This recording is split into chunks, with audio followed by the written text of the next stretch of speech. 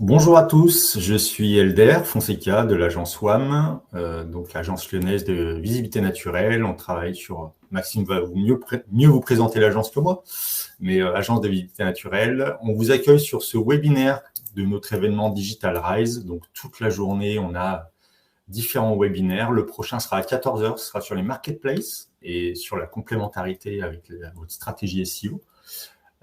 Sur ce webinaire maintenant à 11h30, on va parler de refonte de site web avec Maxime donc de l'agence web, qui est chef de projet SEO, et Romain de Synolia, qui a eu la très grande gentillesse d'accepter notre invitation. On est très content de te recevoir. Et puis, on va attendre petit à petit que les gens se connectent. N'hésitez pas en tout cas à nous dire en chat si vous nous entendez bien, si vous nous voyez bien. Et si tout va bien, pour cette deuxième journée de l'été, c'est important, il ne faut pas l'oublier. Un peu de soleil dans nos cœurs, ça fait du bien. Même s'il fait un peu gris dehors pour nous, mais ça va aller. Donc n'hésitez pas à nous dire si tout se passe bien côté chat. Et puis on va commencer d'ici une petite minute, 30 secondes, tranquillement. Donc Maxime, si tu veux bien Ouais. prendre le relais, n'hésite pas. Ok, merci. Je pense que tout le monde m'entend, tout est Ouais. activé. Je vais partager le document. Tu peux partager ton écran, ouais, tout à fait.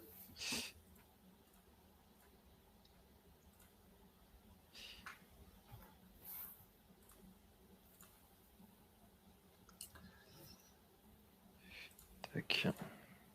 Hop, je t'autorise. J'accepte.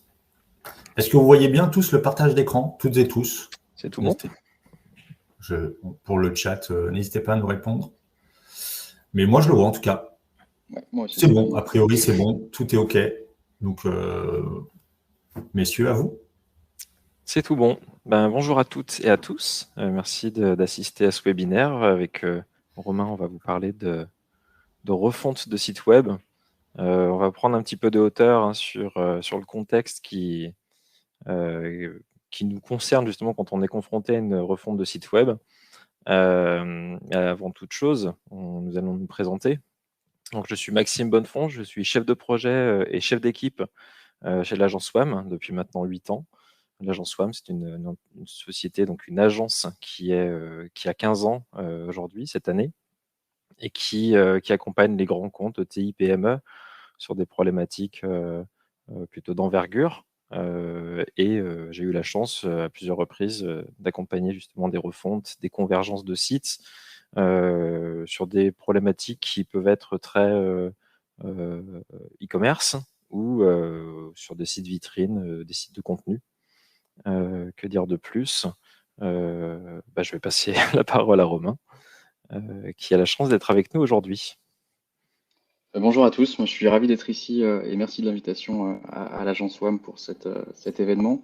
Moi je suis Romain André, je suis directeur conseil au sein d'une société qui s'appelle Synolia, qui est globalement une société informatique qui accompagne ses clients dans des projets de transformation digitale et plus précisément sur 3 métiers sur lesquels se base notre expertise, à savoir le e-commerce qui va particulièrement nous intéresser aujourd'hui, mais également sur des projets de gestion de la relation client et sur des solutions de business intelligence.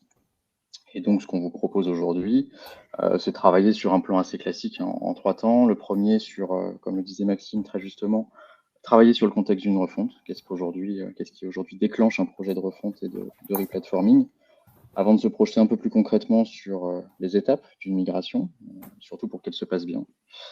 Et puis, dans un dernier temps, potentiellement sur les questions que vous posez par rapport à notre intervention. Et puis, pour rendre encore plus concret la chose, on a préparé quelques questions sur des questions qui nous sont traditionnellement posées pour pouvoir contextualiser tout ça.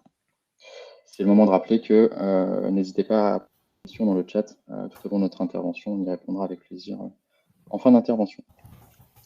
Tout à fait. Pour se projeter dans le concret, ce que je vous propose dans un premier temps, c'est de prendre un peu de hauteur et de contextualiser ce qui vous amène aujourd'hui à penser un projet de refonte ou de replatforming, dans la mesure où aujourd'hui, si on peut passer sur la slide suivante, Maxime, si c'est un projet crucial de la vie d'une entreprise et de n'importe quel projet de transformation digitale, on note que c'est rarement un moment choisi. Personne ne fait un projet de migration ou de refonte par plaisir, et que dans ce cadre-là, cette migration, elle va nécessairement induire du risque, parce qu'elle induit un changement, et que c'est ce changement qu'il va falloir accompagner pour minimiser le risque et assurer cette transition la plus smooth possible.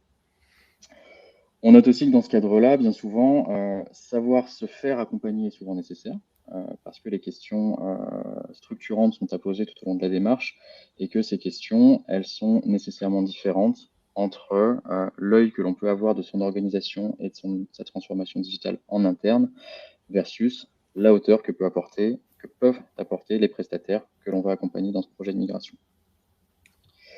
Si on rentre un peu plus dans le détail, aujourd'hui, on a plusieurs cas concrets qui amènent à penser une refonte. Et bien souvent, le premier est lié à la nécessité technologique. Donc là, on est dans le cadre où la plateforme et la solution qu'on exploite aujourd'hui ne peut plus satisfaire les exigences techniques de mon organisation, et ce, sur des considérations de sécurité, parce qu'aujourd'hui, les exigences de mon SI, de ma DSI ne peuvent plus être servies par la plateforme que j'utilise actuellement. Des problématiques d'évolutivité, nécessairement. Aujourd'hui, mon SI évolue dans une démarche globale, et ma plateforme, en tout cas le site dont on parle aujourd'hui, ne permet plus d'évoluer au même rythme et déclenche une refonte. Des problématiques de maintenance, parce que d'un point de vue historique, ma plateforme a subi des évolutions, des transformations, et la dette technique qu'elle porte aujourd'hui ne permet plus de la faire évoluer sereinement. Et puis des sujets qu'on creusera un petit peu plus tard dans l'intervention, à savoir des sujets d'interopérabilité, c'est-à-dire de synchronisation et d'interfaçage entre les différentes briques de mon SI, parce que les échanges, les protocoles, enfin des dimensions très techniques sur lesquelles j'ai décidé de reposer, ne sont plus permis par ma plateforme. On peut peut-être poser déjà à ceux qui nous écoutent et nous regardent, pour quelle motivation ils veulent faire une refonte. Donc j'ouvre les votes, vous avez un onglet sondage, vous pouvez répondre dedans, vous avez 1 minute pour y répondre, on aura les résultats au bout d'1 minute. Je vous laisse poursuivre. Sachant que toutes les propositions qui sont listées, hein, qui vont être évoquées par Romain, font partie justement de cette liste. Complètement. Donc, ça vaut le coup aussi peut-être de retarder un petit peu le timing pour... Ah bah c'est lancé. Voilà, bah, si tu voudras le relancer après, ça sera possible. Ça marche. Bon, en tout cas, j'espère ne pas vous avoir perdu, parce qu'on a volontairement pris un prisme très technique sur ce premier déclencheur de projet de refonte, à savoir qu'à l'inverse, on a également des problématiques d'expérience client. Là, on vient répondre dans ces projets de replatforming aux problématiques de les parcours, les expériences que je souhaite développer pour mes clients et mon audience ne sont plus compatibles avec les possibilités de ma plateforme. Donc, on l'a écrit sous la forme il était une fois le responsive. On a vous avez peut-être vécu la transformation de l'avènement des dispositifs mobiles il y a plus d'une dizaine d'années maintenant. C'était à l'époque un vrai déclencheur de projet de replatforming. Il fallait proposer des interfaces mobiles, il fallait proposer des consultations mobiles de nos sites. Aujourd'hui, on est face à des nouveaux standards, à des nouveaux challenges pour ces parcours clients, où l'avènement de la mobilité est encore plus importante. On va parler de headless, de web performance, de progressive web apps, en tout cas de problématiques qui sont techniques à l'origine, mais qui vont servir les expériences clients. Aujourd'hui, bien prendre en compte ces problématiques-là, et qui peuvent déclencher ces projets de replatforming. Et dans un contexte où aujourd'hui l'omnicanalité n'est plus à questionner, c'est une nécessité. La réconciliation des expériences, la connaissance client entre un parcours boutique, un parcours en ligne, un parcours chez mes partenaires revendeurs est nécessaire, et qu'aujourd'hui, ces problématiques déclenchent parfois des besoins en termes de fonctionnalité qui vont déclencher des projets de migration technique.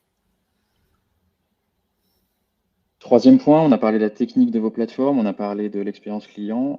Un point qui est crucial, c'est les besoins de vos équipes, de vos collaborateurs, où aujourd'hui, la maturité de la pratique digitale et globalement des dispositifs digitaux au sein des organisations qu'on accompagne font que les attentes sont de plus en plus précises, les volontés sont de plus en plus précises également, que les organisations sont de plus en plus dédiées à des fragments de l'histoire, et qu'aujourd'hui, en termes de fonctionnalité, vos collaborateurs sont susceptibles de réclamer des fonctionnalités et des usages qui, eux aussi, peuvent être freinés par la plateforme que vous avez à disposition dans votre système d'information aujourd'hui. et que penser leurs besoins non plus sous forme de développement technique, mais plus en projet de migration sur un nouveau standard, une nouvelle solution qui va apporter nativement ces fonctionnalités pour permettre une évolutivité plus simple dans le futur, est souvent une bonne idée et peut déclencher également un projet de refonte. Dernier point et pas des moindres, parfois ce projet de replatforming est déclenché par une volonté de repositionnement stratégique ou en tout cas une révolution dans la façon d'adresser votre marché, dans votre stratégie d'entreprise, dans votre stratégie commerciale. Donc là, Maxime l'a évoqué très rapidement sur la présentation, mais on est face à des problématiques de marques qui deviennent des problématiques de groupe. Aujourd'hui, l'acquisition de certaines marques, la conquête de nouveaux marchés, le développement de nouvelles offres peut conduire à travailler sur, là aussi, de nouvelles fonctionnalités pour ma plateforme qui vont asseoir ma position stratégique sur mon marché et qui vont déclencher des changements profonds et potentiellement des projets de replatforming. Même chose pour des projets d'internationalisation où aujourd'hui, vous avez peut-être commencé sur des solutions qui adressaient un unique marché, dans une seule langue, dans une seule devise, sans poser la problématique justement de la traduction, d'animation commerciale dédiée par marché, par territoire, des problématiques de personnalisation du contenu, de l'offre par rapport à toute votre audience. Et là aussi, à noter que ces projets peuvent déclencher ces projets de migration et de replatforming. C'est vrai que sur le contexte d'internationalisation, on a souvent ça à dire think global, act local. C'est vrai que forcément, on a une capacité d'adaptation qui est importante. Tu disais que c'était le dernier point, mais ce n'est pas le dernier. C'était le dernier d'un point de vue technique. Il en reste un d'un point de vue organisationnel. Je me rattrape aux branches comme je peux. Je l'ai introduit sur la slide précédente. Aujourd'hui, l'évolution de la maturité de vos clients, de vos attentes, en tout cas de cette capacité à plonger dans le digital et de façon plus mature dans les organisations qu'on accompagne, et qu'aujourd'hui, en termes d'organisation, de compétences, on va attendre beaucoup plus de notre plateforme. On va attendre beaucoup plus de la solution qu'on va exploiter pour motoriser notre site. Mais c'est le deuxième point. On va aussi attendre beaucoup plus de la plateforme au sens large, au sens composable du terme, pour aller intégrer de plus en plus de briques dans des systèmes d'information qui sont de plus en plus complexes. Et dans ce cadre-là, ce qu'il est important de dire, c'est que si on fait la big picture du contexte dans lequel on intervient sur des projets de replatforming, c'est que ces projets de migration font intervenir de plus en plus de personnes. Parce qu'aujourd'hui, on a des briques dédiées qui sont liées à de la gestion de catalogue, à de la gestion de clients, à la connaissance client, à la personnalisation, à la visibilité en ligne, au search, au merchandising, à tous les services qu'on va plugger sur la plateforme pour justement adresser ces besoins. Et dans ce cadre-là, pour encore une fois revenir sur le contexte qui va nous occuper sur les slides suivantes pour comprendre dans quel environnement on intervient sur un projet de replatforming, on a les déclencheurs que j'ai cités sur la slide précédente, mais on est surtout face à des organisations qui se complexifient, face à des organisations qui impliquent de plus en plus de métiers, qui ont compris l'intérêt de faire appel à des spécialistes sur chacune des problématiques. Et dans ce cadre-là, un projet de replatforming est systématiquement un projet sur lequel il faut se poser la question de l'organisation, de la gouvernance, du sponsoring de la plateforme, et qui va pouvoir arbitrer les priorités dans un contexte où les priorités individuelles de chaque service impliqué ne seront peut-être pas les plus prioritaires au moment du replatforming, et ça, on y reviendra un petit peu plus tard dans la présentation.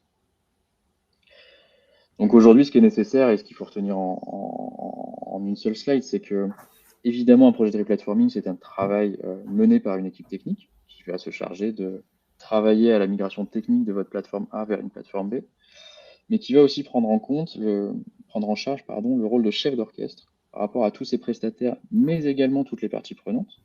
On a souvent le biais de travailler exclusivement avec les prestataires qui gravitent autour de la plateforme et de votre organisation, mais ne pas oublier que impliquer les parties prenantes au sein de l'organisation pour apporter leur connaissance métier, pour commencer à conduire le changement dès qu'on pense la plateforme et pas une fois qu'elle est réalisée, c'est nécessaire. Et dans ce pool de partenaires, évidemment, et c'est ce qui va nous occuper aujourd'hui, il existe cette équipe SEO qui va travailler en fil rouge tout au long de ce projet de replatforming sous la forme de contrôle qualité, de la qualité de la migration pour asseoir votre visibilité.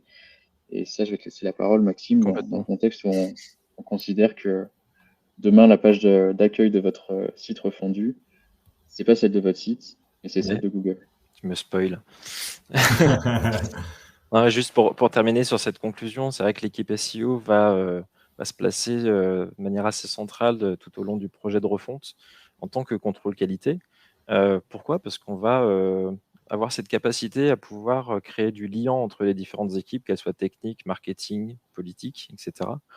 On a beaucoup appris avec le temps justement à vulgariser au maximum notre message et puis l'adapter aux différentes parties pour que tout le monde comprenne qu'une refonte, vous allez le voir, n'est pas une mince affaire, est complètement unique d'un projet à l'autre, d'une société à l'autre, selon les interlocuteurs. Donc l'équipe SEO sur un projet qui sera le plus agile possible, sera agile aussi en transverse et interviendra, si possible, vraiment aux prémices justement de cette conduite du changement, on va dire.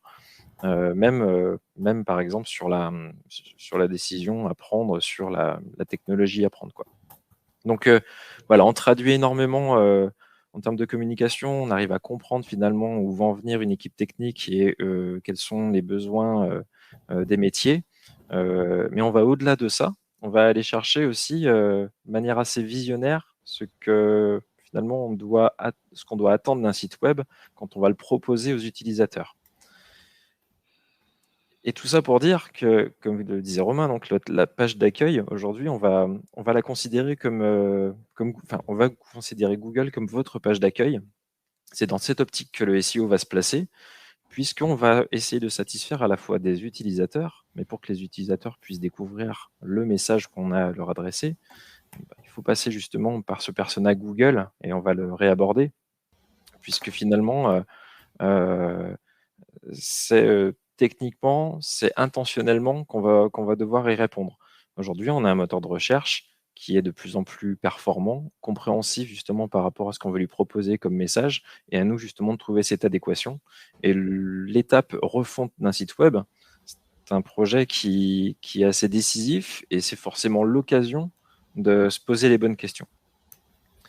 Mais quand on va justement travailler pour l'utilisateur, souvent on va croiser les UX sur un projet de refonte, puisqu'on va composer ensemble. Pourquoi? Pour travailler des pages qui seront conviviales et optimisées. Et tout ça s'inscrit dans un cercle vertueux, hein, finalement, quand on va travailler depuis la page de résultats de Google. Clairement, si on a un meilleur engagement sur une page, c'est que le travail est bien fait, c'est que le site est bien construit et que Google a pu y accéder auparavant. Donc clairement, on envoie des signaux à Google qui nous permettront justement d'avoir une meilleure visibilité, un meilleur taux de clic sur le site, une meilleure conversion, donc plus de visiteurs, de ventes. Tout ça, voilà, en résumé, c'est vraiment travailler au moment même de la refonte et avant même de réfléchir à comment on va procéder justement sur l'aspect technique qui était largement abordé par Romain, l'aspect stratégique, etc. On va aller chercher la conversion, quelle qu'elle soit, plutôt que de se dire OK, on va faire un site pour faire plus de trafic. Oui, mais le trafic derrière, il faut qu'il pèse, il faut qu'il soit contributif finalement pour répondre à des objectifs business. Pour aller plus loin, quand on va justement travailler main dans la main avec l'UX, bien sûr, l'UX aussi est très lié à tout cet aspect marketing et compréhension de l'utilisateur, hein, l'aspect comportemental. On va s'inscrire dans un peu à la customer journey, hein. Comprenez que finalement, on a 4 étapes qui seront l'exposition, l'exploration, l'évaluation et l'expérience. L'exposition, c'est je propose mon site à Google et je vais le positionner, ni plus ni moins. Donc on optimise pour les moteurs. J'ai laissé quelques petits indices de couleurs pour bien comprendre. Ensuite, à partir du moment où Google et les utilisateurs auront trouvé notre site, on va entrer dans une phase d'exploration. Donc finalement, on va avoir une lecture de haut en bas, et ça se confirme encore plus sur mobile, pour vraiment découvrir l'information qu'il y a sous nos yeux et comprendre si elle est pertinente ou pas. Et ensuite, on entrera dans cette phase d'évaluation qui nous permettra de nous conforter dans notre choix, de créer cette préférence de marque, hein, clairement. Comprenez qu'on se projette un maximum alors qu'on est toujours dans ce projet de refonte. C'est demain, qu'est-ce qu'on va proposer comme arborescence, comme page et quel gabarit nous allons proposer pour que derrière l'utilisateur s'engage de bout en bout. Et l'expérience, c'est ce qui va entrer, ça sera un peu la cerise sur le gâteau pour l'engagement. Pour matérialiser tout ça, vous aurez des interventions SEO qui seront très en amont, justement pour travailler cette exposition, l'exploration, l'évaluation. Si je fais un focus par exemple sur l'exposition, on va travailler donc le crawl, l'indexabilité. Le crawl, c'est ni plus ni moins la capacité au moteur de pouvoir accéder à n'importe quelle page d'un site. Donc l'arborescence, justement, c'est un chantier dans cette refonte de site qui fait intervenir énormément de personnes, pour laquelle on doit faire éventuellement des compromis, mais aussi de trouver finalement quelque chose de modulable pour que, suite à la mise en ligne d'un site, on puisse encore tirer un peu des ficelles pour optimiser tout ça.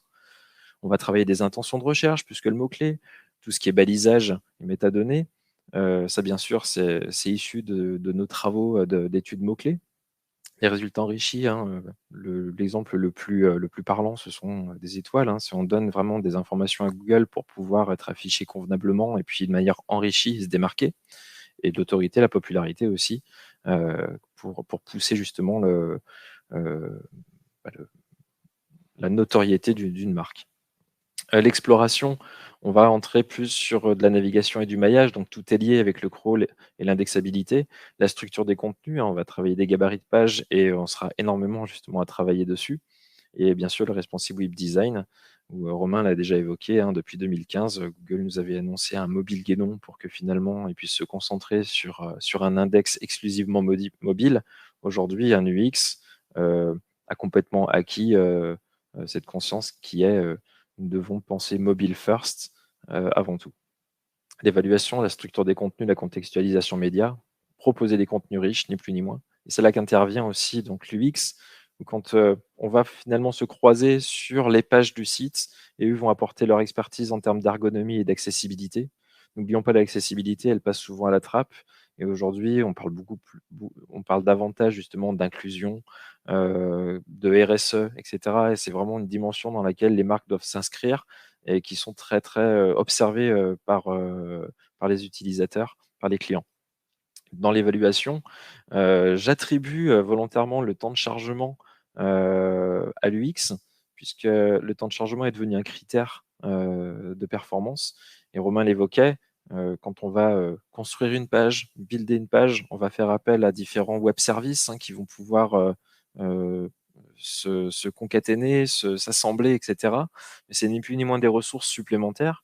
Et le SEO, justement, doit redoubler de vigilance pour pouvoir se dire, OK, la page, elle est bien construite, visuellement, elle est très belle, mais est-ce que Google arrivera justement à la charger correctement?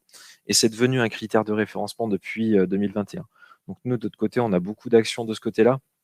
Mais ensuite, c'est l'UX qui revient justement cette responsabilité. C'est pour ça que le travail main dans la main est hyper intéressant. L'interactivité avec toutes les technologies qui interviennent nous permettent d'avoir des sites qui sont conviviaux. Tout ce qui est expertise avis client, Google pousse de plus en plus, hein, les sites à être experts en la matière. Et enfin, tout ce qui est expérience, je ne m'étalerai pas dessus, mais on parle beaucoup d'irritants, hein, qui peuvent y avoir justement, qui sont des facteurs déclencheurs ou non de la conversion, où là, finalement, on va devoir composer ensemble pour répondre non seulement à l'intention avec des mots-clés qui seront plutôt ciblés, mais aussi servir des intérêts de la marque qui seront autour de la tonalité, du discours qu'elle devra emprunter. Et puis bien sûr, tout ce qui est facteur de réassurance, surtout quand on est sur un site e-commerce, on va devoir pousser un petit peu les avantages concurrentiels par rapport aux autres acteurs, hein, comme du click and collect, de la livraison gratuite, etc. Et puis bien sûr, travailler le funnel de conversion pour qu'il y ait moins de friction possible. Donc voilà, il y a vraiment un mix qui est évident et vous l'avez sous les yeux. Et c'est là où, si je peux compléter, Maxime, Bien juste sûr. un point, c'est que on a encore trop fréquemment le cas de, quand il s'agit d'optimiser un taux de conversion, d'être face à un client qui s'attend à une analyse, un audit et l'identification de leviers d'optimisation exclusivement sur le site. Je pense que c'est le jour pour rappeler que un bon taux de conversion commence par votre stratégie de visibilité, c'est-à-dire votre SEO, toutes les actions que vous allez pouvoir mener sur votre site pour pouvoir asseoir une audience, mais une audience qui est qualifiée, au risque de voir augmenter votre trafic et donc de diluer votre taux de conversion, parce que vous allez drainer un trafic qui va potentiellement bénéficier d'une UX qui est bien pensée, d'une expérience tout à fait adéquate par rapport aux standards, mais qui en termes de qualification, c'est-à-dire en termes de stratégie de visibilité et de référencement naturel, ne correspond pas à vos personas, à vos utilisateurs, et donc ne convertiront pas. Et ne pas oublier que le taux de conversion commence directement sur votre homepage, et pour le marteler une troisième fois, votre homepage aujourd'hui, et celle qui fait autorité, c'est celle de Google. Et fort à parier que la première page et le premier point de contact d'un utilisateur sur votre site n'est même pas, suite à une recherche Google, votre homepage, mais une page produit, une page service, un listing en fonction de votre stratégie et de ces termes de recherche directement dans les moteurs. Oui. Alors, on précise ce postulat que la page d'accueil de votre site, c'est Google, vraiment d'un point de vue SEO, hein. N'oublions pas que vous avez quand même une vraie homepage qui sera là aussi pour desservir les différents contenus et les différentes parties de votre site. Mais voilà, n'oublions pas que le SEO, finalement, qu'on soit sur du trafic orienté marque ou hors marque, on a l'habitude justement de peser à hauteur de au moins 50% sur un trafic, donc c'est pas négligeable. Et donc, nous allons passer à la migration étape par étape. Et pour se projeter concrètement, donc on revient un petit peu à ce que je disais tout à l'heure, à savoir que... Ah, on a perdu Maxime et les slides.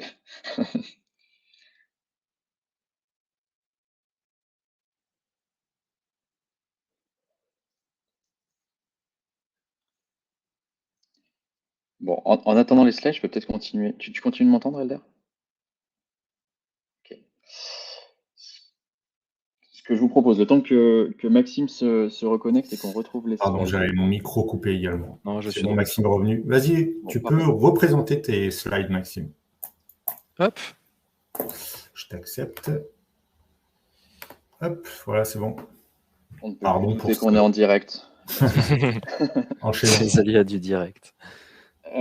Du coup, pour revenir sur la présentation et pour revenir sur ce que je disais un petit peu en introduction de cette intervention, aujourd'hui, on est dans une situation qui induit du risque, qui induit du changement, qui induit des investissements évidemment financiers. Ce sont des projets importants à l'échelle de vos organisations, mais aussi des investissements en termes de temps, parce qu'il va falloir repenser les choses, repenser les contenus, travailler à la migration de tous les éléments qui composent aujourd'hui votre site. Et que dans ce cadre-là, ne pas oublier que la première étape, c'est d'arriver à se baser sur du concret. Il n'y a rien de pire aujourd'hui que un projet de replatforming ou de migration technique ou fonctionnelle sur la base d'intuition. Donc l'idée, c'est de vous rappeler aujourd'hui que les certitudes, elles sont basées dans vos data, elles sont basées dans votre connaissance métier, elles sont dans votre capacité à exprimer les besoins qui font qu'aujourd'hui, au-delà des 4 piliers qu'on a évoqués sur les premières slides, quels sont les facteurs aujourd'hui qui déclenchent votre migration? Parce que c'est jamais aussi binaire que ce que j'ai présenté en introduction, et que fort parier qu'on est un petit peu sur des problématiques techniques de sécurité pour servir l'expérience utilisateur dans un contexte d'internationalisation, ce qui complexifie un petit peu la donne. Donc ça amène forcément une démarche en préalable du projet de migration et de replatforming qui va consister à se poser les bonnes questions pour identifier les objectifs de chaque service. Est-ce qu'on est sur une stratégie d'acquisition? Est-ce qu'on est sur une stratégie d'optimisation du taux de conversion, de développement de chiffre d'affaires, d'investissement qui va permettre à long terme de s'internationaliser? En tout cas, des problématiques qui sont plus liées à des problématiques d'entreprise que des problématiques digitales. Pour identifier ce qui fonctionne aujourd'hui et qu'il faut absolument reproduire sur la plateforme refondue, abandonner ce qui ne fonctionne pas ou ce qu'on n'exploite pas, parce que si on est sur une plateforme historique, évidemment, on sera face à ce cas, et bénéficier du budget qui nous resterait, du temps qui nous resterait, de l'énergie qu'on mobilisera à ce projet de replatforming et qui nous resterait, pour aller tester de nouvelles choses, pour garder cette avance concurrentielle, pour justement faire le pas de côté qui va nous permettre de nous démarquer a posteriori de la migration. Pour s'affranchir du plus gros risque d'un projet de migration, à savoir ne pas tomber dans la facilité de je migre ce que j'avais d'un côté vers une plateforme qui est plus robuste, plus véloce, plus évolutive, mais pour proposer un vrai projet de replatforming qui repense l'organisation du travail, qui repense les process, qui repense la qualité de son expérience client et des fonctionnalités que je vais délivrer à mon utilisateur final, mais aussi à mes collaborateurs. Et ça, c'est vrai dans le projet de replatforming au global, mais c'est aussi vrai dans la petite histoire, dans la grande histoire, qui est celle du SEO, et que je te laisse présenter, Maxime. Tout à fait. Clairement, on est en tant que SEO au cœur de la stratégie business. Et là aussi, on va se poser des questions que peut-être tout le monde ne se posera pas au sein du projet. Donc, on va venir un petit peu bousculer tout ça. Donc, il y a des questions qui seront évidentes, comme quels sont les outils ou technos pour quels besoins, métiers ou fonctionnalités. Hein, clairement, quand on est sur un e-commerce, forcément, on va challenger pas mal de solutions. On aura un œil aguerri dessus, hein, parce que finalement, ces technos ont besoin d'être digérés différemment pour que les moteurs puissent les comprendre.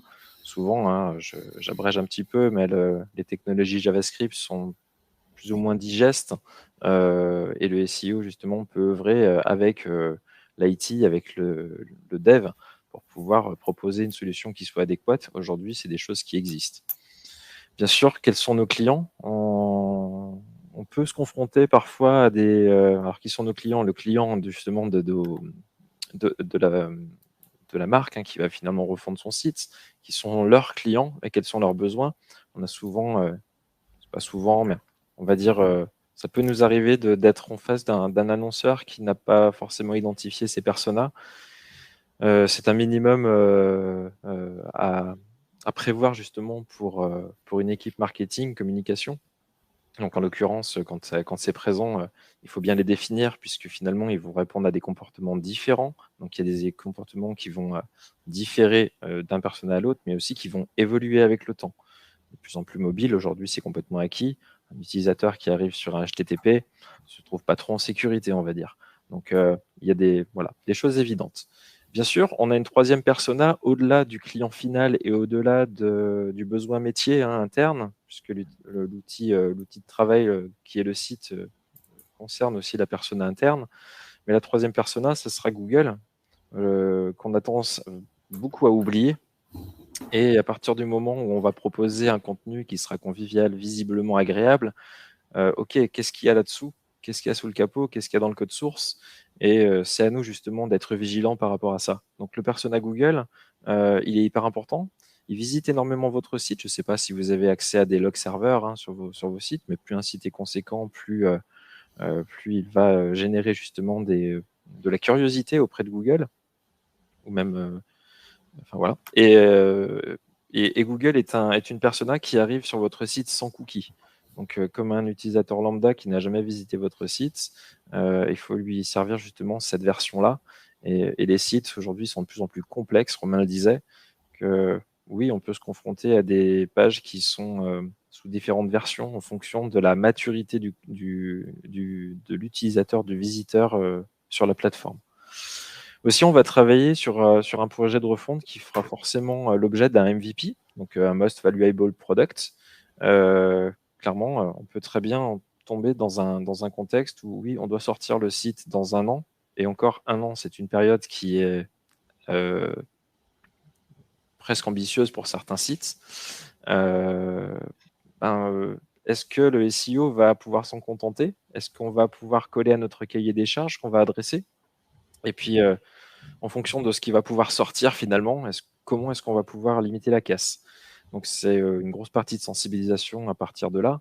Et puis, justement, de pouvoir peser dans la balance sur les choix qui vont être pris au sein de l'organisation, avec les budgets qui vont avec, et puis la politique aussi qui plane au-dessus du projet global, puisqu'on va porter une marque avant tout. Donc là, sans mot à dire. Et enfin, l'autre question qu'on oublie vraiment beaucoup, c'est que quand on est sur un projet de refonte qui peut durer 1 an, 2 ans, je pèse mes mots, il faut quand même se projeter sur à quoi ressemblera Google demain. Vous proposez un site qui est vraiment dans l'air du temps au moment de l'initialisation du projet. Le moment où il sort, est-ce qu'il est encore à jour? Est-ce qu'il est encore d'équerre? Est-ce qu'il est encore conforme aux exigences de Google? C'est au SEO justement de pouvoir prendre le recul et se dire, OK, si je fais ça, demain, comment est-ce que je vais pouvoir être devant mes concurrents et surtout en adéquation avec ce que Google me demande. Donc voilà, ce sont des questions qui planent tout au long du projet, qui sont semées finalement tout au long de nos différents documents et expressions de besoins qu'on peut fournir tout au long de la préparation de la refonte. Donc voilà. La refonte en elle-même aussi est une période qui est forcément instable pour le SEO, et c'est à nous justement de sensibiliser, d'expliquer les choses, de dire vraiment en quoi on risque quelque chose. Il y a déjà cette notion de patience qui est importante pour expliquer finalement comment Google procède. Quand il arrive sur un site, il va passer un certain temps sur les différentes pages, sur les nouvelles URL qui seront proposées. Donc, c'est beaucoup plus impactant quand on va changer complètement les URL d'un site. Et pour le coup, on va traverser une période, une phase de turbulence, une situation qui sera instable, et c'est à nous de le monitorer.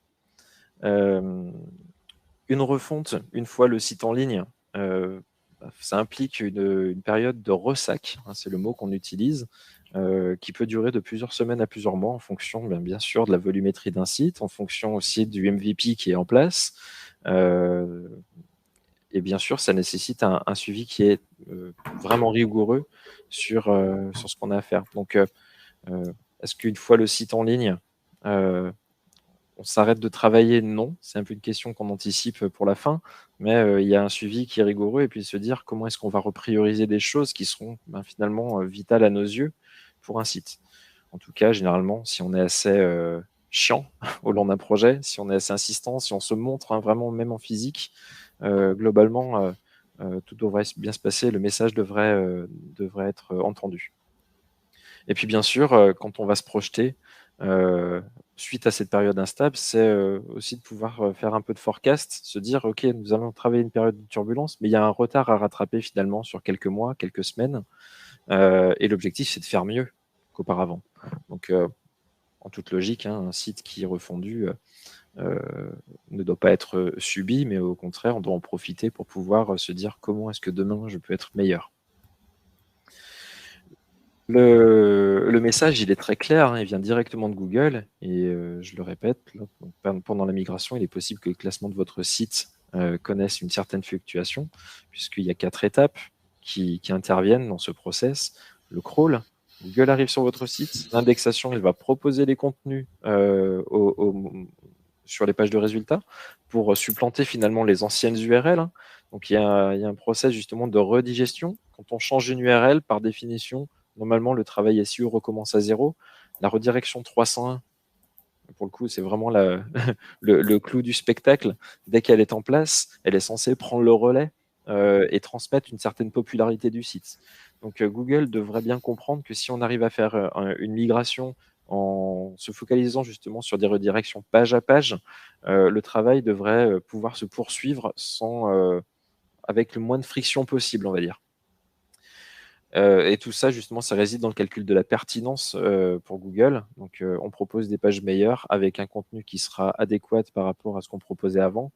Et puis, bien sûr, Google va opérer ces divers ajustements en fonction de l'évolution de son algorithme.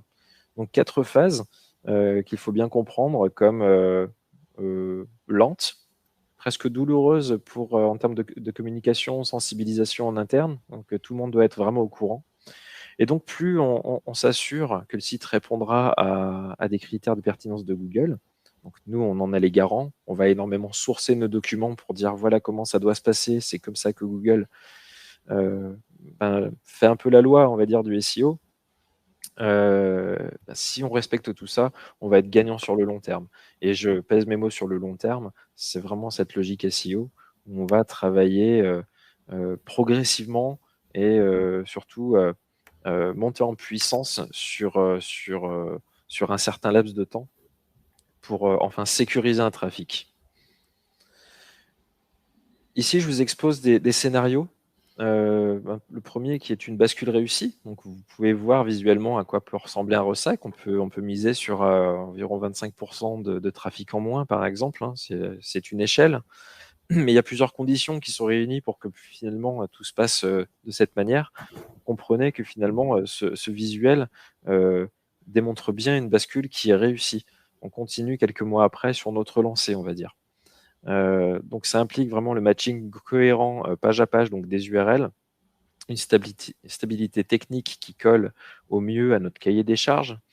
C'est l'occasion aussi d'intensifier l'activité éditoriale.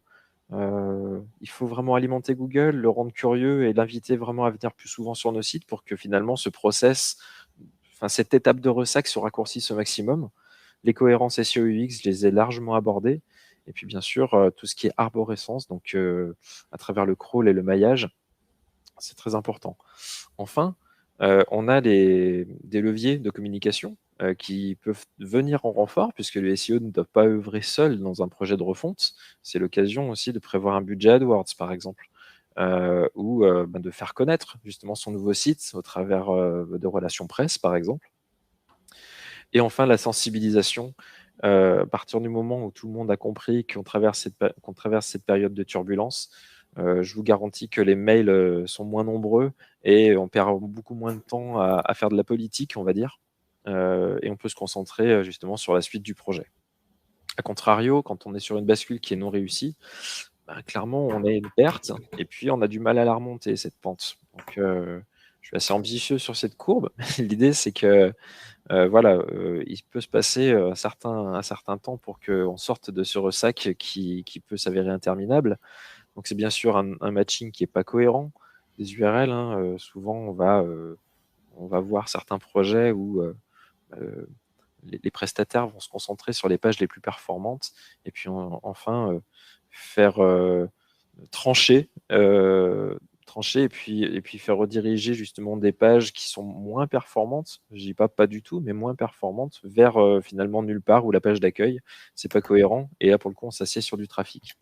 Une instabilité technique, une inactivité éditoriale, des incohérences UX et SEO, et puis surtout, un projet de refonte ne doit pas se faire dans la précipitation, puisque là on s'expose forcément à des compromis.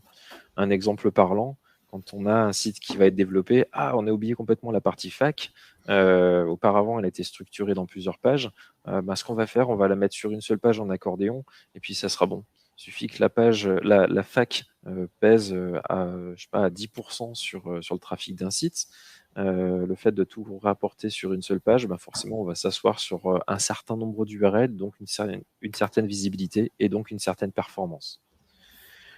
Donc voilà, la précipitation n'est pas forcément de mise et c'est pas forcément facile de jouer avec ça. Si on revient concrètement sur les étapes d'une migration, et je vais essayer de faire vite parce que je pense qu'on commence à manquer de temps. Très concrètement, et j'appuie sur ce que vient de dire Maxime, un projet de migration s'appuie avant tout et de manière prioritaire sur un vrai cadrage pour impliquer les utilisateurs, pour comprendre les objectifs de la plateforme, pour les définir et faire consensus entre des métiers qui, fort à parier, ne soient pas alignés sur les priorités au moment du lancement de ce projet de replatforming, pour parvenir à réaliser les arbitrages sur l'expression de besoins, technico-fonctionnel de la plateforme pour son lancement, avant de lancer, évidemment, tous les développements et les phases de partagées entre vos équipes techniques, les équipes techniques de votre partenaire et vos équipes métiers.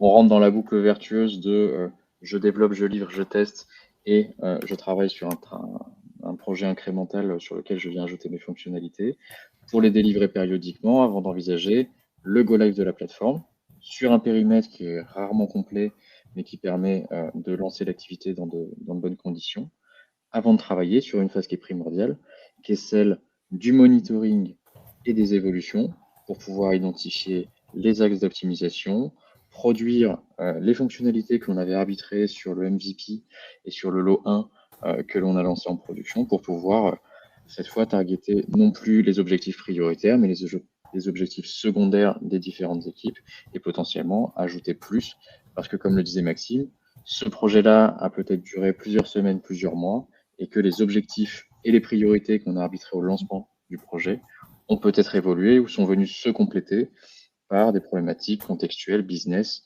ou politiques. En ce qui concerne le SEO, on va suivre un process qui est quasiment similaire. On va s'inviter finalement dans la phase de préparation et être intégré vraiment le plus tôt possible. Et ça commence par le cahier des charges SEO qui va vraiment s'appuyer sur de la documentation Google et puis surtout notre expérience. On va s'intégrer aussi et puis surtout faire matcher finalement toutes nos recommandations SEO avec les specs fonctionnels. Cela va découler bien sûr sur une arborescence, sur la bonne écriture des règles des URL, donc définir des règles qui sont plutôt homogènes, on va dire, puisque l'URL demain va aussi nous servir pour faire du monitoring, hein. C'est vraiment la colonne vertébrale d'un site. On va s'appuyer sur celle-ci pour pouvoir travailler confortablement demain. Les recettes au fil des sprints, hein, ni plus ni moins, on va être hyper dispo finalement pour pouvoir dire ok, les développeurs testent, mais moi je vais me mettre à la place de Google et comment Google voit ce qui a été développé. Donc là on va apporter cette surcouche. Et bien sûr tout ce qui est test de non-régression, au fil des sprints, on va s'assurer aussi que tout ce qui a été développé auparavant est encore stable et n'est pas dégradé par ce qui a été développé par la suite. Donc c'est vraiment au long cours, hein, on s'adapte à l'agile et ensuite on peut même faire confronter notre plan de redirection avec toutes ces définitions d'URL. Donc on va mapper tout ce qui est existant, on ne va pas partir uniquement d'un crawl puisque peut-être que le site n'est pas assez optimisé pour pouvoir tout découvrir. On va aller au-delà et s'appuyer sur des outils qui sont notre quotidien finalement, hein, tout ce qui est Google Search Console, je ne sais pas si ça vous parle, des outils comme SEMrush, des outils comme Href, etc. En fait, tous des outils qui nous permettent de lister des URL qui existent sur le web finalement, et tout en dédupliquant, on va pouvoir les confronter entre elles et leur donner un poids, une priorité de redirection. Donc, ce travail d'affinage de plan de redirection, c'est le plus important finalement, parce qu'on va venir avec le jour J pour la bascule. Généralement, on l'a fait sur site. On a eu l'occasion d'en faire à 5h du mat et c'était passionnant. En tout cas, c'est un moment qui est assez spécial et qui est assez prenant puisque tout le monde est sur le même bateau. Et là, pour le coup, on a toutes les consoles qui sont ouvertes pour pouvoir monitorer à la minute près ce qu'il se passe au moment où les utilisateurs commencent à venir au petit matin. Donc, Maxime, qu'est-ce que ça veut dire TNR dans la phase préparation? Nous ce demande Marie. sont les tests de non-régression. Voilà. C'est couplé à la recette. Oui, désolé, des fois il y a des acronymes. Pas de problème. Tant qu'on les explique, c'est tout bon. Ouais. Et à partir du moment où le site a basculé, on pourrait presque intégrer une étape intermédiaire qui serait attention au cas où, comment est-ce qu'on fait un rollback si jamais ça ne se passe bien, ça se passe pas bien. C'est pour ça qu'il faut avoir des environnements de pré-prod qui sont ISO à l'ancien environnement. Et puis bien sûr, on passe en phase de monitoring. Donc c'est une étape qui va partir du jour J jusqu'à quelques mois après, de manière plus ou moins intense, en fonction justement de l'état de santé du site et comment ce ressac se fait ressentir finalement. Pour résumer, Romain nous a montré son process, moi j'ai apporté le mien, et ici comprenez qu'on est complètement liés et main dans la main justement sur ce process de bout en bout, donc entre préparation cadrage, préparation développement, préparation recette, hein, cet aspect vertueux jusqu'au go live, il est essentiel. Et puis bien sûr, la bascule plus le monitoring, ça ne s'arrête pas là. L'idée, c'est de s'assurer que tout se passe bien par la suite. Et à noter surtout que on ne réalise plus, puisque c'était le cas par le passé, mais on ne peut plus aujourd'hui mener un projet de replatforming et de migration sur des étapes séquentielles où le designer intervient pour penser les parcours et puis la technique vient uniquement réaliser ce qu'a pensé l'UX designer pour ensuite servir tout ça au SEO qui va s'assurer de la stratégie de visibilité. Aujourd'hui, la porosité entre les métiers, la complexité et l'organisation qu'il est nécessaire de mettre en place autour d'un projet de transformation digitale implique de savoir impliquer les bonnes personnes au bon moment et ce en fil rouge tout au long des projets et encore plus en mode agile si aujourd'hui en termes de méthodologie vous êtes à l'aise avec cette méthodologie. On peut déjà demander à tout le monde si ils intègrent le SEO dans le process de refonte. Je viens d'ouvrir le sondage, n'hésitez pas à répondre. Je vous laisse poursuivre. Et donc par la suite, on va aborder quelques questions. Donc si vous en avez, n'hésitez pas. Nous, on en a proposé quelques-unes et on se fera un plaisir justement d'y répondre. Allons-y. Ouais. On commence par quoi, les vôtres ou les nôtres? Alors, en termes de questions ici, Ouais. alors on a Pierre qui posait la question tout à l'heure. Est-il mieux d'avoir beaucoup de contenu au lancement du nouveau site ou est-il plus intéressant de l'alimenter au fur et à mesure? Alors ça, c'est une question qui touche le SEO. Pour le coup, Complètement. oui, la cadence et le rythme éditorial, il est primordial pour alimenter les robots. C'est une preuve de dynamisme, en fait, sur un site. J'ajoute que c'est plutôt la qualité qui va primer sur la quantité. Donc, sortir du contenu à tout va, il faut derrière qu'on puisse y mettre un objectif. Euh, je le rappelle, on est vraiment sur des objectifs business. Donc, oui, Mm. cette cadence, elle est importante. Comprenez que si vous avez 100 contenus sous la main, ne les publiez pas tous d'un coup, mais essayez justement d'établir un planning éditorial. Puisque une fois un contenu publié, ça implique aussi tout le maillage qui va avec. Donc, garantir une bonne santé au niveau du crawl et de l'accessibilité de tous ces contenus. Et puis, bien sûr, quand on va parler de contenu, là, j'imagine que c'est plus de l'informationnel. Euh, Projetez-vous aussi sur la dimension transactionnelle que cet informationnel pourra apporter. Et on parle beaucoup de valeur contributive. Vous allez multiplier justement les points d'accroche pour votre business à travers des requêtes qui sont moins formulées sur Google, mais qui resteront tout à fait pertinentes. Et ce point d'accroche va complètement pousser justement le taux de conversion.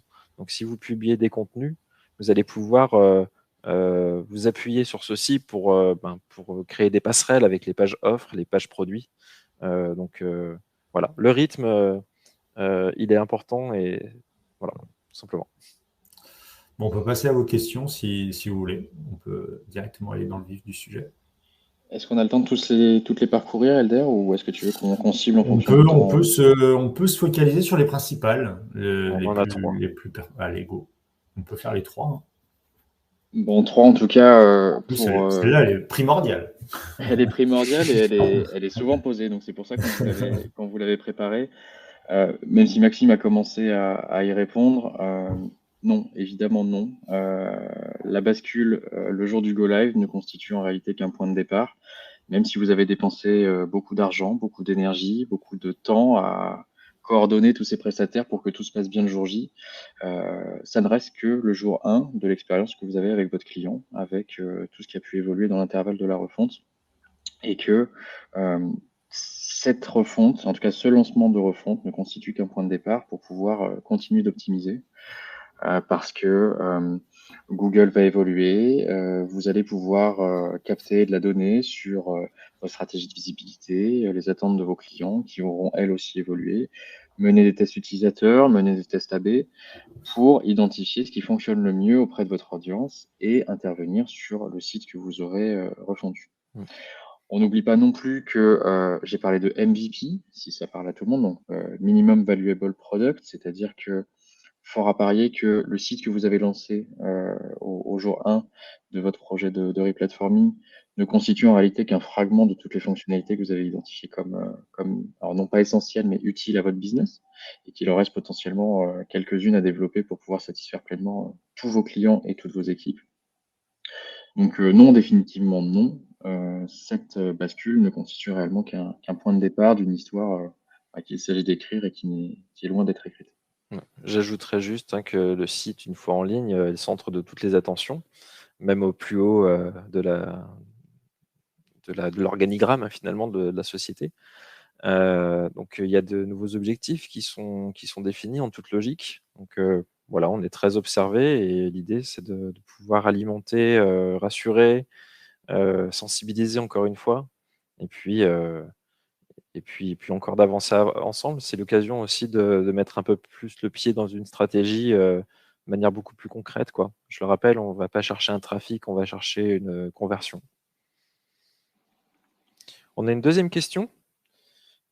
Je ne sais pas si vous voulez te poser un petit peu, si vous êtes confronté à ces problématiques qui ne sont finalement pas. Donc clairement, le passage en full JS et full SSR, donc comprenez, full JS, c'est une plateforme qui est essentiellement servie par une technologie qui est le JavaScript, et tout ça bordé par ce qu'on appelle le server-side rendering. Server-side rendering, c'est ni plus ni moins le moyen qui permet à ce langage JavaScript d'être digéré correctement par les moteurs de recherche. Donc souvent, ce sont des frameworks qui sont proposés. On parle de React, on parle d'Angular. Nativement, Google a du mal à comprendre ce langage JavaScript. Auparavant, il ne comprenait que le HTML. Petit à petit, ça va de mieux en mieux. Il a compris que ça devenait une norme.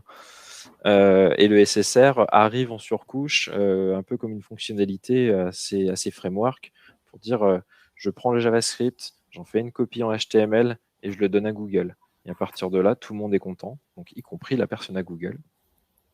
Et donc, en quoi est-ce une fausse bonne idée?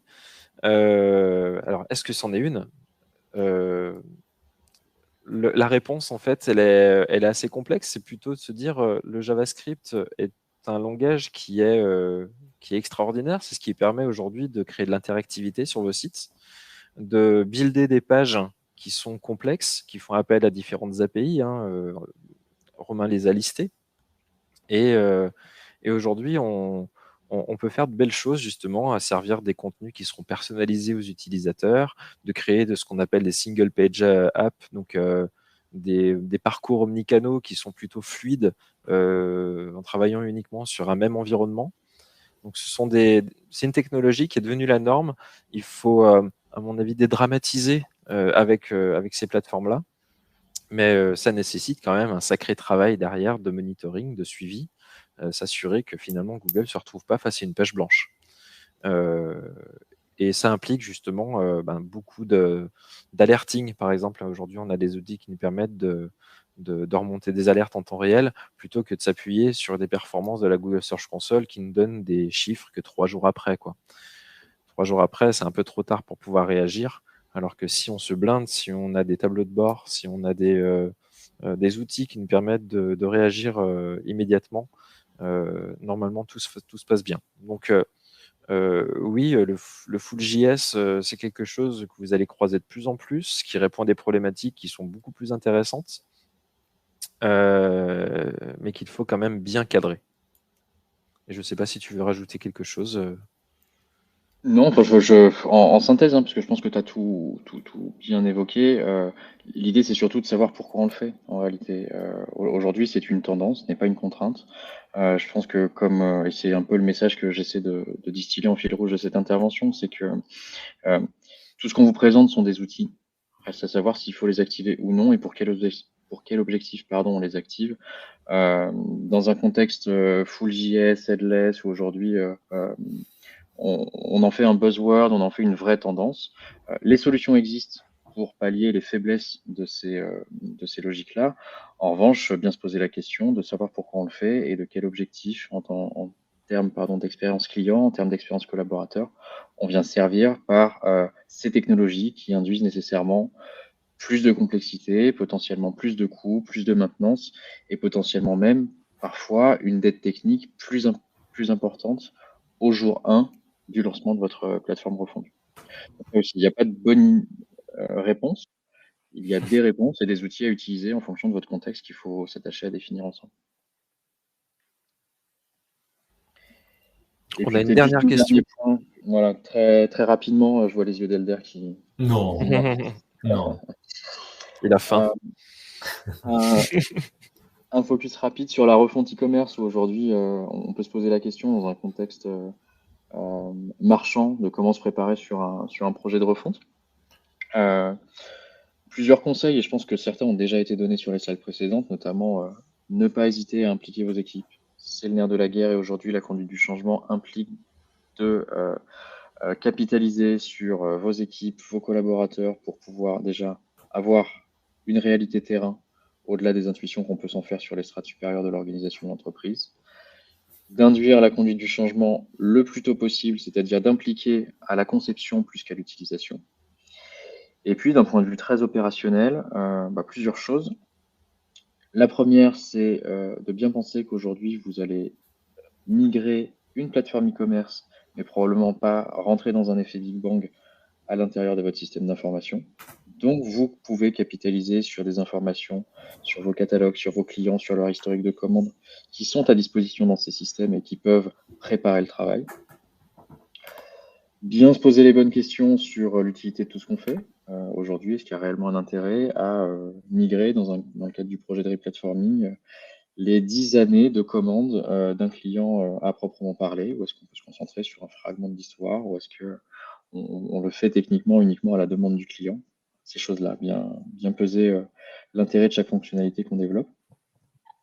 Et surtout, et là je vais faire la transition avec les slides de conclusion par rapport à l'avenir de Google dans un contexte e-commerce. Ne pas négliger ce qu'on va appeler l'expérience produit, c'est-à-dire qu'on estime aujourd'hui qu'il n'existe pas de bonne expérience client sans bonne expérience produit, c'est-à-dire l'administration de vos catalogues, de l'information que vous allez dispenser sur vos fiches produits dans un contexte où le client ne bénéficiera d'un contact avec le produit ou avec votre service uniquement après expédition, c'est-à-dire plusieurs jours après à l'ouverture de son carton.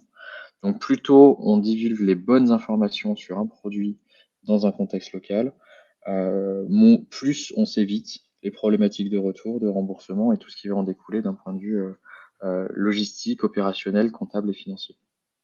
Donc le nerf de la guerre aujourd'hui, il est plutôt de préparer le contenu, non pas de votre marque, mais plutôt de vos catalogues, de vos produits. Et ça, et je vais passer la parole, Maxime, c'est aussi dans l'intérêt de la stratégie de visibilité de Google de vos produits demain. Ouais, complètement, hein. L'idée, c'est vraiment de se poser la question, à quoi ressemblera Google demain? Dans un contexte e-commerce, le monde bouge énormément. Si je peux me permettre, un très bon baromètre dans la sélection d'un prestataire est aussi sa capacité à faire de la veille et à apporter de l'information de manière régulière. Donc c'est important justement de pouvoir se projeter. On doit être visionnaire, c'est notre rôle aussi de savoir lire entre les lignes aussi de ce que Google nous donne. Et en guise d'ouverture, l'idée, c'est par exemple quand vous êtes un e-commerce, alors ça peut concerner aussi un site informationnel, mais Google nous a apporté quelques informations au mois de mai lors d'une conférence qui s'appelle Google I/O sur la nouvelle mouture de Google demain. Donc vous avez sûrement entendu parler de tout ce qui est Search Generative Experience avec Google Bard qui est un petit peu le pendant de ChatGPT. Où là, l'intelligence artificielle accélère complètement pour nous donner des réponses adéquates. Donc, si vous voulez un exemple, vous allez justement voir un petit peu ces conférences et Google nous illustre tout ça. Donc, on est au stade expérimental. Google demain ressemblera à ça, va nous proposer un onglet conversationnel. Et là, on est sur une requête qui est plutôt transactionnelle, où on recherche un vélo. Et quand on ouvre justement ce volet de générative IA, on va se voir proposer des produits qui potentiellement pourront venir du flux shopping. Et c'est là que Romain voit complètement juste, c'est travailler vos pages produits.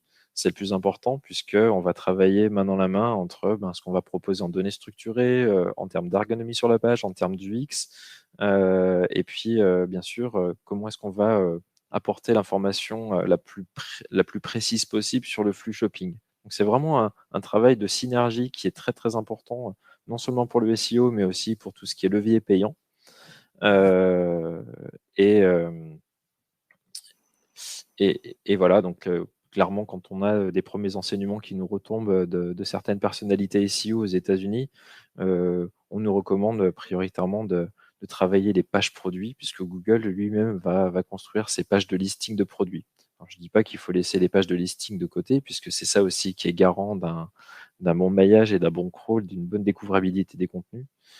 Mais la page produit, typiquement pour un e-commerce, doit être vraiment le centre d'attention. Et c'est vraiment un exemple parlant justement de toutes les personnes que ça peut impliquer sur un projet de refonte. Il y a énormément de monde, donc on doit jouer entre compromis, persuasion, et puis surtout documentation. Donc pour conclure, on vous a dit précédemment que la page d'accueil de votre site était Google. Ce qu'on vient de vous dire, c'est que vos pages listing dans un contexte e-commerce demain devient Google, ou en tout cas peut devenir Google. Donc là, bien prendre en compte ces éléments, c'est primordial pour s'assurer la visibilité nécessaire à maintenir déjà dans un premier temps, puisque potentiellement une partie de votre trafic qui naviguait dans vos listings se fera désormais sur Google, donc maintenir l'attractivité de votre marque et de votre site, mais aussi les développer pour être plus fort sur ces considérations que vos concurrents et assurer la croissance de votre chiffre d'affaires ou de votre activité dans un contexte franco-français, voire international.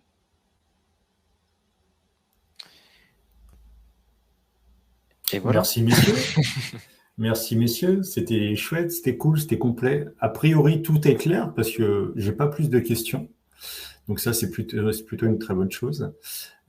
Pour faire le lien avec notre webinaire de 14 heures, ça fait parfaitement le lien en fait, parce que ce que vous dites sur les fiches produits qui peuvent apparaître dans Google désormais, on va aussi aborder dans le webinaire de 14 heures l'aspect Google Shopping, Shopping Graph.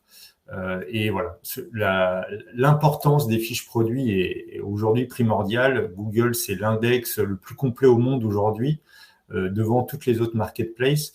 Donc, il y a un vrai intérêt à, comme le disait Romain, Maxime, à travailler les fiches produits derrière pour l'activité de votre business en ligne, tout simplement. Je ne sais pas si vous avez d'autres choses à ajouter, messieurs, mais en tout cas, tout est clair pour tout le monde. Un dernier conseil peut-être. Allez voir la conférence de 14 heures. Okay. Maxime. Un dernier conseil, oui, l'anticipation et surtout être visionnaire, parce qu'un projet de refonte peut prendre du temps et demain ne sera pas aujourd'hui. Super. Eh ben, tout est bon. Merci à tous nous avoir écoutés, de nous avoir regardés. On reste disponible par mail, Maxime et Romain, si besoin, pour répondre à vos questions. Et comme je vous le disais, vous recevrez le replay et le e-book de ce webinaire dans les tout prochains jours. Comme ça, vous pourrez tout reparcourir sereinement, à tête reposée, le temps qu'il faut pour que vous puissiez faire votre migration comme il faut, tout simplement. Merci à tous. Merci Maxime, merci Romain. Et à très bientôt. Merci à tous. Merci beaucoup. Au revoir.